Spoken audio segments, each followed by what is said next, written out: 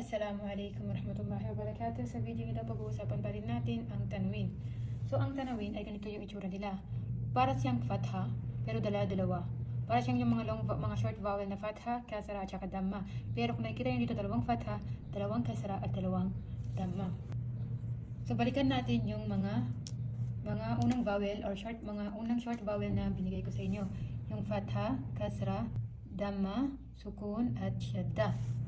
So, kung nakikita nyo dito, ang shadda, itong shadda, sinabi natin ay double letter yan siya, dalawang letra. So, halimbawa, pag sinabi natin ka, so, kapag may shadda, so meaning yan, ang ka sa English ay letter K. So, meaning yan, pag may shadda dito, ay dalawang letrang K. Mag-plus lang tayo ng isang letra. Dito, sa tanwin, ay iba. Sa tanwin, ay kinakailangan natin yung vowel na fatha, kasra, dhamma, which is a, i, at saka u. So, kapag ganito, pag tanawin siya, yung short vowel ng a, i, u, plus letrang n, or sound n. Tono nung letrang n. So, halimbawa, sinabi natin, halimbawa, alif, may tanwin.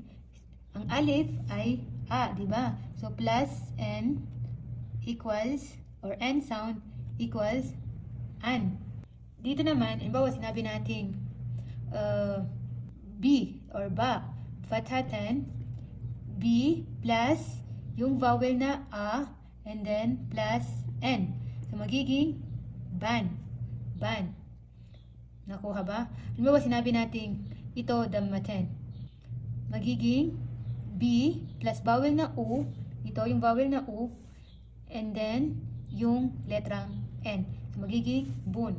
Nakuha ba? So, ito, ang tanwin ay vowel or short vowel at saka plus n sound. Nakuha ba? Si shadda ay double letter. Yung unang letter, balikan natin tong si shadda. So, nilagyan ko siya dito ng dhamma. Nagyan ko siya dyan ng dhamma. So, yung first letter dito ay, yung first letter K ay sukun, or yung first na ka ay sukun. And then, yung ka na susunod ay yun yung may vowel na dhamma, which is ku. So, ku. Dito, iba. Nakuha niyo ba yung diferensya? Ito, dalawang double letter. Ito, vowel plus n sound. Ito yung example natin, yung letrang ba. Yung letrang ba, B plus yung